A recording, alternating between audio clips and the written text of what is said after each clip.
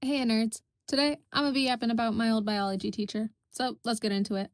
I took biology my freshman year of high school, as most students did. If you were daring enough, you took agricultural biology, but either way I had to do one of the two to meet graduation requirements. My school didn't have many teachers willing to teach bio though, so you'd get one of two teachers. And I, along with most other freshmen, ended up with a teacher I'm gonna call Mr. R. Now, I didn't really know anything about him before being placed in his class. I wasn't really friends with anyone outside of my grade who had been in his class before, so I had no idea what to expect. The first few days of biology weren't bad. Mr. R would just go over the class syllabus and teach us his class rules. Don't be late, do your work, don't fall asleep. Easy enough. He didn't seem half bad at the beginning of the year. Sure, he was out of touch and a little wonky, but he also had his own way of making class fun at times. That's when we get maybe 3 months in.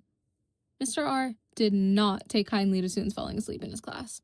And keep in mind that my class was like first thing in the morning, 8:30 sharp. So anytime a kid was to even lay their head down in his class, he'd do one of two things.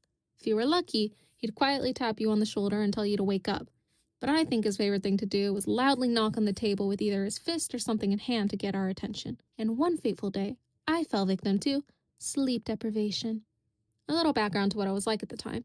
I was a good kid. I did my work, never abused the bathroom passes, and stayed fairly on task. But this day I had a rough night and stayed up way later than usual. Doing what? I can't remember. Probably schoolwork or something. I made the mistake of putting my head down, and you can take a guess how that ended up. He kneeled down and yelled directly in my ear, demanding that I wake up and pay attention. I never put my head down after that. And that's not even close to the worst thing he's done. As every biology student does eventually, we learned about natural versus artificial selection.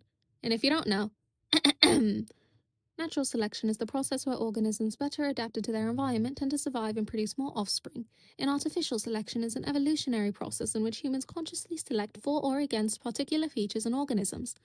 In other words, natural selection is kind of like evolution, or survival of the fittest. And as my biology teacher described it, artificial selection is like, well, the Holocaust. And it's not like he was wrong. The problem wasn't the example itself, it was how he went about it. Because, like any history teacher, you can talk about the Holocaust without raising your hand to Hitler. I wish I was joking. According to students who had his class the day before I did, he had done it then too. Everyone in class was either staring in shock, laughing out of uncomfortableness, or both. After that, students were reporting him to the office left and right, but nobody was ever taken seriously. Welcome to high school. Even I reported him when one of the yard duties caught me having a breakdown outside of his classroom. Yeah, fun times.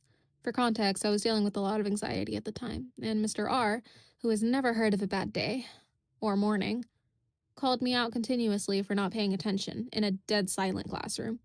After about the third time, I asked if I could take a minute outside. He scoffed and rolled his eyes, but let me out anyways.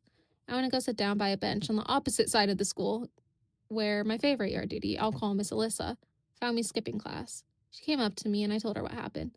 Miss Alyssa comforted me and told me I'm not the only student that ever seems to have a problem with him. And then she handed me a form to report him, which of course didn't lead anywhere, but it was comforting to have that kind of support from an adult on campus. She really did turn my day around.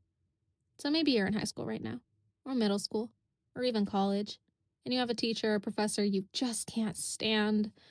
Remember, there's always going to be someone else there to listen and support you whenever you need it. Or use the experience for a YouTube story time. I don't know, I'm no therapist. Anyway, that's the end of my second story time, and even though it was a little crazy, I hope you guys enjoyed it. Make sure to follow my Tumblr, subscribe, notification bell, all that jazz. And I'll see you guys in the next one because I have a couple more videos planned for the next month or so. Kai out.